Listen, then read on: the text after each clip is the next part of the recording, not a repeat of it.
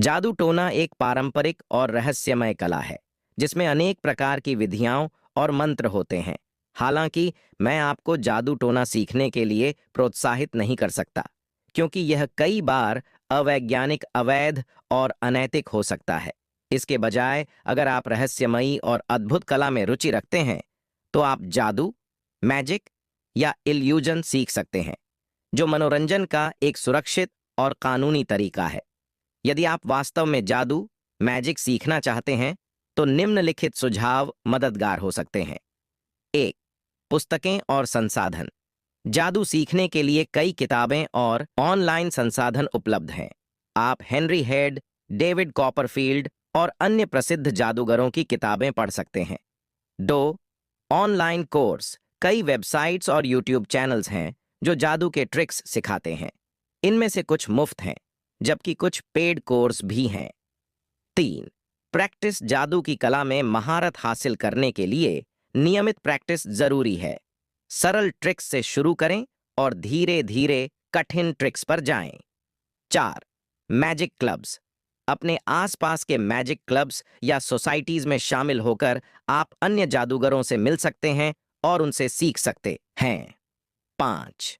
प्रदर्शन। जितना हो सके उतना प्रदर्शन करें। इससे आपके आत्मविश्वास में वृद्धि होगी और आप अपने कौशल को निखार पाएंगे। अगर आपके पास कोई विशिष्ट सवाल है या आप किसी विशेष विषय पर जानकारी चाहते हैं, तो कृपया बताएं। जादू के बारे में और जानकारी देने के लिए यहाँ कुछ विशिष्ट क्षेत्र हैं जिन पर आप ध्यान केंद्रित कर सकते हैं। 1. Card magic. ताश के पत्तों का जादू। ताश के पत्तों के जादू में माहिर होने के लिए आप निम्नलिखित तकनीकों पर ध्यान केंद्रित कर सकते हैं। Shuffling tricks. विभिन्न प्रकार के शफल और कट्स, जैसे कि फॉल्स शफल्स और कट्स, स्लीट ऑफ हैंड, बिना किसी के ध्यान में आए पत्तों को बदलने या छिपाने की कला। Card forcing. दर्शकों को वह पत्ता चुनने के लिए मजबूर करना जो आप चाहते हैं। 2. Close up magic. Coin magic. सिक्कों को गायब करना, बदलना या उनमें हेरफेर करना।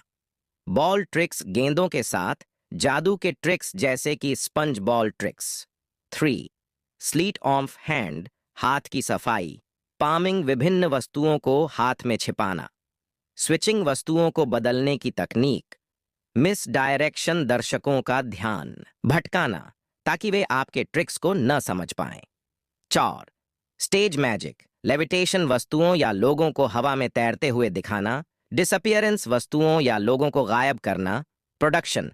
खाली स्थान से वस्तुएं या लोग निकालना। 5. मैजिक किट्स और उपकरण। विभिन्न मैजिक किट्स और उपकरण खरीद सकते हैं जो जादू सीखने में सहायक होते हैं। इनमें विशेष डेक ऑफ कार्ड्स, सिक्के, रिंग्स और अन्य मैजिक प्रॉप्स शामिल होते हैं। 6. मैजिक की नैतिकता। रहस्य बनाए रखना। जादू के रहस्यों को उजागर न करें। सुरक्षा। प्रदर्शन के दौरान अपनी और दर्शकों की सुरक्षा सुनिश्चित करें। सम्मान। अन्य जादूगरों और उनकी कला का सम्मान करें। 7. प्रदर्शन और अभ्यास।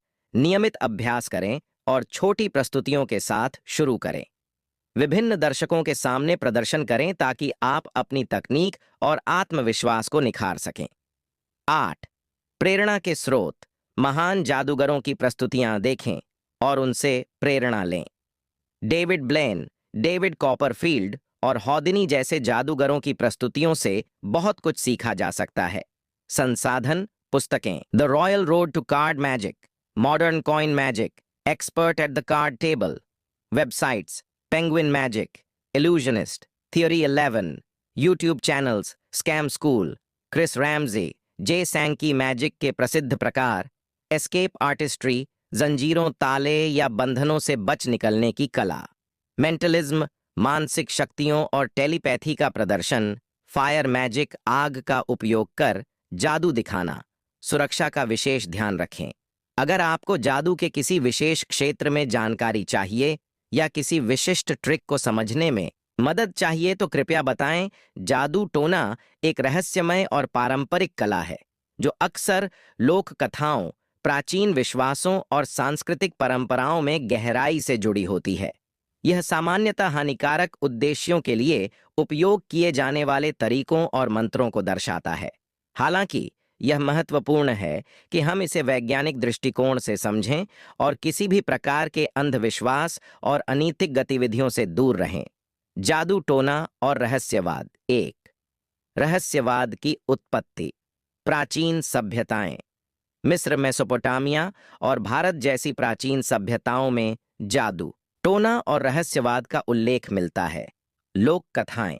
विभिन्न संस्कृतियों की लोक कथाओं में जादू टोना का व्यापक रूप से वर्णन है।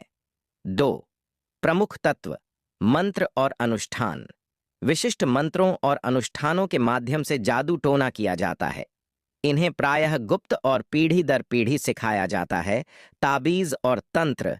विभिन्न ताबीज, यंत्र और तंत्र का उपयोग किया जाता है जो जादू टोना के प्रभाव को बढ़ाने के लिए माने जाते हैं। बलिदान और प्रसाद।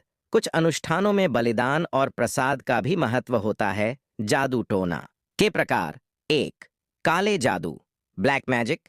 इसका उपयोग अक्सर हानिकारक उद्देश्यों के लिए किया जाता है, जैसे किसी को नुकसान पहुंचाना, बीमार करना या किसी पर नियंत्रण करना। इसमें मनुष्य या जानवरों के अवयवों का उपयोग हो सकता है। 2।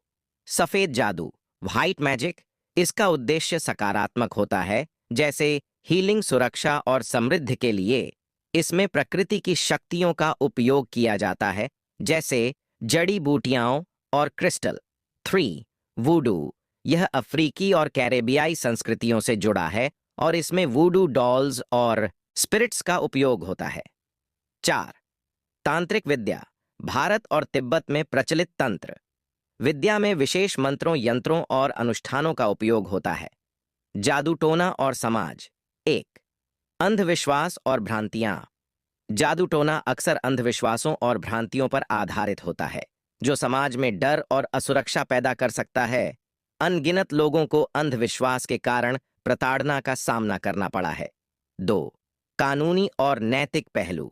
कई देशों में जादू टोना और संबंधित गतिविधियां अवैध हैं और इनके खिलाफ सख्त कानून हैं। नैतिक दृष्टिकोण से जादू टोना का उपयोग किसी भी हानिकारक उद्देश्य के लिए नहीं किया जाना चाहिए।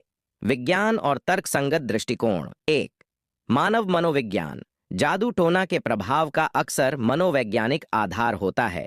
किसी व्यक्ति का विश्वास या डर उसे प्रभावित कर सकता है। 2। आधुनिक विज्ञान। आधुनिक विज्ञान जादू टोना और रहस्यवाद को अवैज्ञानिक मानता है और इसके प्रभावों को मनोवैज्ञानिक और सांस्कृतिक संदर्भ में समझाता है।